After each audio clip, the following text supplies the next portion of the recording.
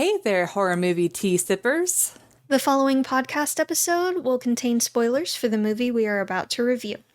If you have not seen the movie and do not wish to have anything ruined prematurely, please do not continue to watch or listen until you have seen the movie.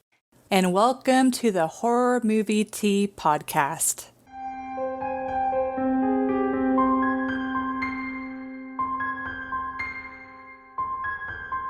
Today we are covering aliens.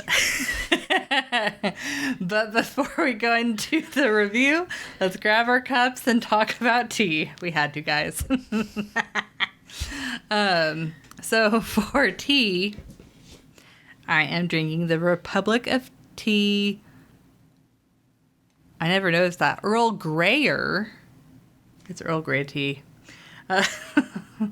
It's got black tea leaves and natural bergamot oil. And I am drinking Republic of Tea's Rest, which is chamomile, lemon balm, and lavender tea. And it has organic chamomile, organic lemon balm, organic passion flower, organic licorice root, natural creamy French vanilla flavor, and organic lavender. And thank you, as always, to the Republic of Tea for allowing us to continue to do what we love, and for our no more spoopy tea sippers out there. Brew yourself a cup of tea, sit back, relax, and we hope you enjoy the review. Every season is spoopy season. Yeah, every day. If you do it right. Yeah, every day. No, every week is spoopy season on Horror Movie Tea. Yes. So Don't forget to grab your mugs on our Teespring as well. yes, the please don't kill me, and I'm gonna kill you at some point mug. They're twinsies. Yes. So for the summary. So Ripley is back. They have finally found her during a deep space salvage operation, and she told them what happened. They didn't really believe her, but they sent people out there to check and didn't warn those people of what was supposed to be out there, and they lost contact with those people. So they asked her to go with a team of Marines, just as a consultant, to go out there to check in and see what happened. Once again, nobody listens to her, and most of them die. Yep. Before she finally makes it out of there with the sole survivor from those people that they sent to terraform the planet, which was a little girl. Yeah. Of about, 10? 8 or 10. Somewhere around there? Yeah. So. Da-da-da-da. It's another movie of Ripley being a badass. So for entertainment. Gonna have to cut that out. So the first Aliens movie, I remember I rated it a 7.75. This movie, I remember just telling me, was better than the first movie. But I actually still prefer the first movie. But this movie is a very close second. So I was like, man, since I don't quite like it as much as the first movie, I'm not going to rate it the same. So the first movie I rated a 7.75, and this one I'm rating a 7.5. Like if I could rate in between those two, I would. But that'd be a little bit redonkulous, so I'm not. Fair. But this is a very solid movie. I will say it's like the first one, it feels more horror, while this one's a lot more action-y, but it's still really good with the tension. I will say, like with the first one, I remember when the alien comes out, it's like almost spooky. You're like, oh crap, like you're not expecting it to just come out there. What? I'm sorry, that scene always makes me laugh. Oh, why? Because it looks like it's on a stick and it turns and then goes, eh. Oh, I wasn't talking about the baby. I was talking about... You said when it comes out of the chest. Oh, no. When the baby... Well, not the baby. the big alien on the ship, like in the escape craft that Ripley's in when it comes. Yeah, not the baby. The baby's funny. Okay. Yeah, but I did like that they kind of expanded more of the lore. Yes. Of the xenomorphs, like having the queen, and I kind of liked that at the end of the movie, like it kind of changed their motivation.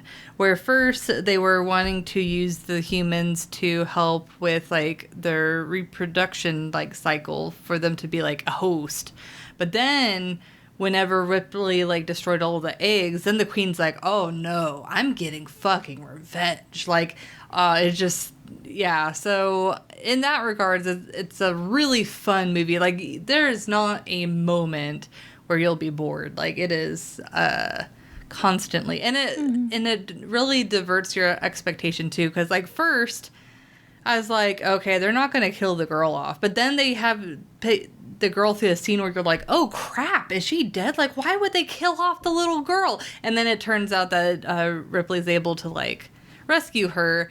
And then whenever they're trying to get out and they tell the automaton like, don't you leave, let him leave.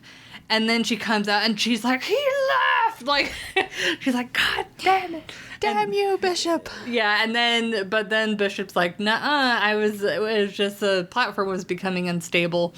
So it's like, it's a really fun movie with like diverting your expectations. Like also, I was not expecting them to kill off the sergeant, especially so soon after the movie started. So it definitely, like, you expect a lot of the characters to die, but in the specific order and stuff, it kind of like keeps you guessing. But yeah, a really, really solid movie. As far as sequels go, a very solid sequel. Mm-hmm. They kept the cinematography, like, as far as like the cinematography, the coloring, like lots of red and stuff, like they keep that still feeling very the same. But instead of these people not showing what's going on and they're being attacked by an alien and it's kind of sneaking up on them, I think the reason why it feels more actiony is it's literally the military going mm-hmm. into the nest. That's fair. And that it kind of creates a little bit different of a mood, mm-hmm. but still like a really, really good solid movie. So recommend if you haven't seen it. I don't know who wouldn't have seen it. I didn't. I know, but you're kind of a special case. Yay, and special. Anyway, so I give this movie an 8. This is easily my favorite Aliens movie in the whole franchise. It is one of the most solid sequels of any franchise, in my opinion. And it's just such a fun movie to watch with just iconic one-liners. Game over, man. It's game over. And then, get away from her, you bitch. I mean, how could you go wrong there? It's wonderful. Sigourney Weaver does, of course, an amazing job. She's a great actress. And she comes across as very organic in this role every time she plays it, but especially in this one. Yeah.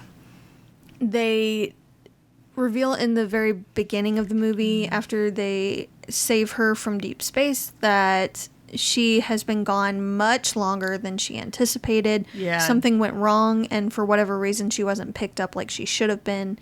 So it's been 57 years.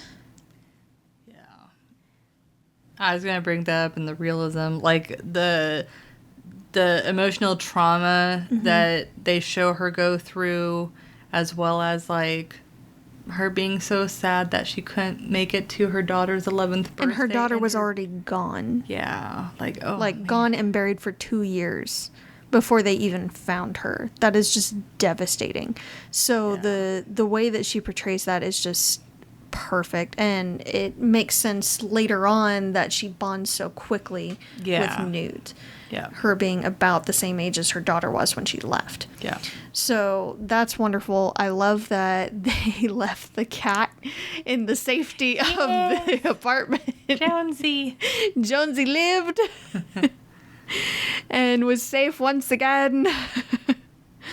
So that was wonderful. I liked how they upped the ante with this one. In the previous movie, there wasn't a queen. It was just the one xenomorph. Mm-hmm.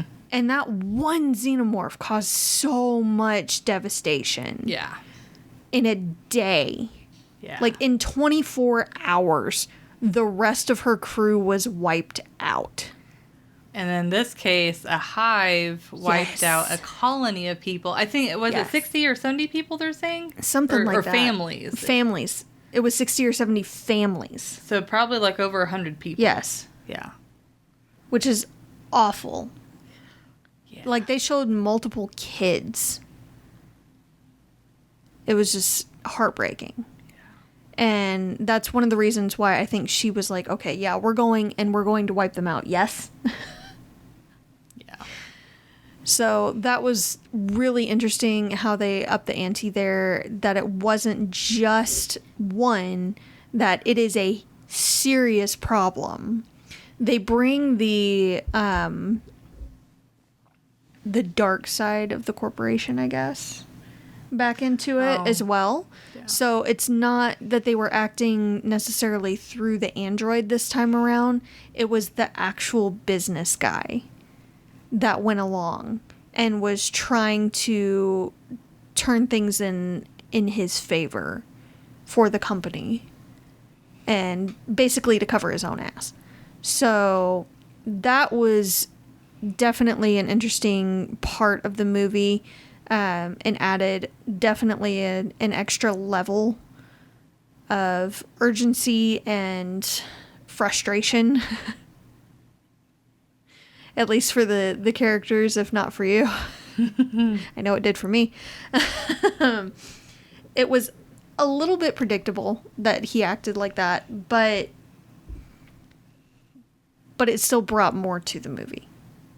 So. Well, they also make him a bit more... They start him off as a bit more likable of a character than the automaton in the first one. So him turning, it's a little bit... It's more, I guess, devastating is the best word. I wouldn't necessarily say devastating, just more frustrating. Yeah. Like, he seemed to be an okay guy until they got there, and then everything was about money this, money that. Yeah. This is an asset. Like, everything is money. What about the whole planet of people that they just wiped out? Yeah. Like, there's one little girl left, and she has survived basically by sheer luck. Yeah. So, that was... that was something. Yes, it was. But the action in it is amazing. The effects were great. Yeah, I mean, the practical effect, I mean... Yes. They still hold up so well. They're awesome. Honestly. Like, make them so juicy. Yeah. I feel like these aliens were a little bit extra juicy compared to the first one. A little bit. But also, they didn't show quite as much of, like, the ships and the lights, so they didn't have to use, like, the Christmas lights in this one. So their effects for space were a little bit better, and they showed less of it, which I think definitely worked in their favor. They did have some definitely dated effects with, like, the electricity toward the end when everything was starting to explode, and some of the fire too. But otherwise, it was really well done and still holds up. So it dates it a little, but it doesn't detract from it as much as you would expect. Mm. So that's what I got for entertainment. Well, so for realism, this one's a toughie. It is very hard, especially since I have some serious nostalgia classes for this movie. I think a 3 is pretty reasonable. And, like, first, I will say, as far as the realisticness goes, they don't go super crazy with the gore. Like, all of it seems really reasonable. The behavior of the xenomorphs seem completely reasonable, especially since it's, like, hive mind or hive behavior.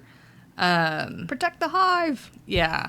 So all of that makes complete sense. And I really like that they added that. But also, as we mentioned earlier, Ripley's trauma regarding the xenomorphs, or xenomorph, and her losing her daughter, like having the nightmares, and then her grieving over the daughter. And her getting burned by the company and only really being able to work at like a shipyard. Yeah, that, yeah. All of that, it feels real and raw. The biggest complaint one of the biggest complaints is, as much as I liked the little girl character, how was she able to survive for so long? Especially, like, whenever Ripley goes into, like, her little cave area in the vents, it looks like she had been there for a while. And I would imagine, in the least, if she is able to sneak away from the xenomorphs, which, I mean, the xenomorphs seem to be pretty good at, like, locating, like, where the people are. So, but even if best case scenario, if she is able to get away from them, I would think she would have to move from place to place, and staying in that one area is probably a little bit extra dangerous because they're either, I don't know exactly how their senses work, but it's like if they have a sense of smell, her smell is really going to permeate and like show. At the minimum, they would probably, with as much time that they went through like the vents and all of the building, if they would probably realize that she's going in one particular direction and be like, oh, well, we should check it out. So that's one thing. And then I definitely can believe it taking the colonists so long to find the xenomorph ship, because the fact that it's an entire planet, like planets are absolutely ginormous. Mm-hmm. It's like, honestly, Earth is pretty small compared to some other planets out there. So I don't remember if they actually say how big the planet is. I don't think they did. I know they settled in different coordinates, and they sent coordinates for them to go check it out. Mm-hmm. But it's like, I would assume that the planet is probably bigger than Earth, because I feel like on the most part, Earth tends to be on the smaller side. I'm not sure. I know it didn't take them too long to get from their base to the ship. That's true. But they were also focused on the machine to convert the atmosphere. So they hadn't really gotten to the point of exploring the area yet. They were trying to make it hospitable first. Yeah. So it's plausible that they didn't know that it was there. And it did, honestly, when they showed it, it did blend in fairly well. Yeah. But it's plausible that they didn't know it wasn't there at that point until they were given the coordinates. Yeah. Yep. Because they were so focused on their job. Yeah. And not dying. Yep. But as far as like the less realistic, there's a few of the military people that you're like, okay, you're a stereotypical movie military person. But I mean, really, besides that, it's pretty good. There's not, without like really nitpicking, there's nothing that stands out as like absurdly unrealistic. I mean, at the risk of sounding almost like Darth Vader, I found their lack of backup ammo disturbing. Yeah, that's true. Yeah, Like, they didn't have near enough mags. They did appear to be a bit underprepared. Yes. Even though they were specifically going in Yes. for that purpose. Absolutely. Yeah. No, I definitely agree with that. Mm-hmm. So, but. It didn't sound like Darth Vader. I find your lack of ammo disturbing. Yeah, they were definitely woefully underprepared. This movie is hard for me to rate realism-wise. It is. And I'm really trying hard not to be so nostalgia glasses. Even for realism? Even for realism, because that's how much I love this movie. You're like, it's all realistic. I'm just 10 out of 10. I'm just so immersed in it that my brain, for once, doesn't nitpick at everything. It just is turned off for the realism. Yeah. It's like, this is a fun movie, and Ripley's a badass. Like, this is awesome. Save the little girl. I'm going to give it a 3.75. Okay. That's good Because it is. The xenomorphs and how they behave and all is consistent in this movie as it was in the last movie. They just expand on it, which I really appreciate. They even mentioned with the face grabbers that they tried to take it off of one of the colonists, and they were able to on one of them, but the guy died during that, which is consistent with what happened in the first movie. When they started to try to remove it, it started to try to kill him. So I like that they made a callback to that. And they also were able to contain a couple of them for study.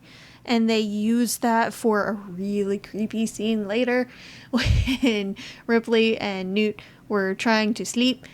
And then they realized that, oh no, this is the problem. They've escaped. This is the problem. I thought it was really cool with Bishop, dissecting the face hugger, like all of the intricate details. Yes, they did a really, really good job with that. I wish that they had made a bit more mention of, when he was dissecting it, of their blood is acid. Because that was a big thing. And that is why I counted off a little bit, because when they're shooting all the xenomorphs everywhere, they show some spatter of the blood acid destroying some things, but I feel like there would have been a lot more damage to them and the buildings that they were in and ships. Just saying, like, their blood is acid. Use that. Don't only use it when it's convenient. Yeah. It's like on the facehugger one, I almost wonder if, since they do go through kind of like a metamorphosis, if when they're just a facehugger, if their blood is even acid yet. It is. Oh, it is? Yeah, they showed that in the first one. Oh. They tried to cut one of the legs or finger kind of things, and it dripped through several layers of the ship. Remember, they were following it and trying to see how far down it went? Yeah, now Yeah. I remember. Mm-hmm. Yeah. And that was on the facehugger. Yeah. Well, Yep. plot hole. A little bit. Just a little bit. But yeah, the Hudson holding the table there with his leg and shooting the facehugger, that's a hell of a lot of splatter. Yeah. But it didn't seem to get on him any. Which didn't really seem very realistic at all. And they're shooting a lot of the xenomorphs in close proximity, and again, it's a movie's got a movie moment, so they ignore it unless it's convenient for the characters to be burned. Yeah, that's very true. So, yeah.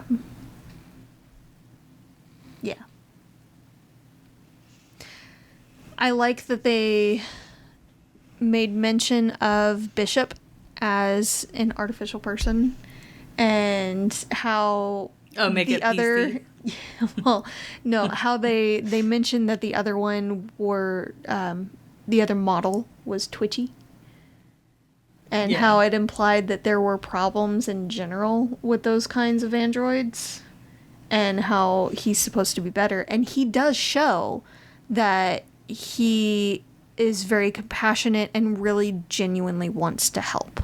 Yeah, I like that by the end, Ripley is on board with him and likes him. She even puts what remains of him in one of the pods so they can try to put him back together. Yeah. And I love how he makes a joke at the end too. Not bad for a human. Because He's over here like just his torso. Yeah. Well, I mean, she had kind of been sniping at him almost the whole time, and Yeah. like not trusting him at all with any of it. So by the end, he's like, not bad for a human. Just had to get that last little jab, and it adds a little bit of levity to it. So it was really nice, and I like that. The little girl did fairly well. She had a good scream. She had a Definitely. good set of Oh, yeah, lungs. definitely. I feel like she could have done a little bit better, but for a kid actress, not bad, all things considered. We've seen way worse. Yes. For sure. And I do love how she actually refers to Ripley as mom. At the very end. At the very end. Like, She calls my her God. mommy. Yeah. My heart. Yeah. Oh, my heart. So and she just Ripley immediately responds and picks her up. Yeah. Like, yep, mm-hmm, yep. Yeah. It's very sweet. This movie, I feel like this movie is better at pulling at your heartstrings than Yes. the first one. The first one is just about like the horror and the death and the tensity of it. While this one, it's like the dynamic of the relationships, the one surviving person from the colony or kid from the colony, with someone who has already gone through it and knows and understands what she went through. So it definitely, this movie has a lot more depth Definitely. to it. Mm-hmm. Yeah. And I really enjoy actually the added level of horror of she went there with trained Marines who were, if a little light on ammo, heavily armed. Heavily armed. Like, this should have been, for the most part, a cakewalk. But nobody listened to her. Nope. At first not. And even the Marines at first treated it like a joke. Like, they kept calling it a bug hunt. I feel like that was kind of a jab at Stormship Troopers. Just a little bit.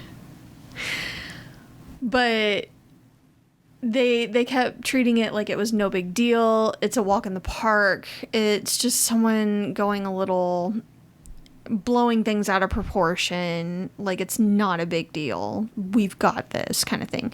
And then they come up on these things and they're like, oh shit, we're in trouble. Yeah. We're in danger. We're in danger. Yeah. So it's really interesting to have that, like, even people who are trained for really bad situations like that and being able to take care of themselves are having a really, really difficult time with this and dying left and right. Yeah. So it just brings home how dangerous the xenomorphs are.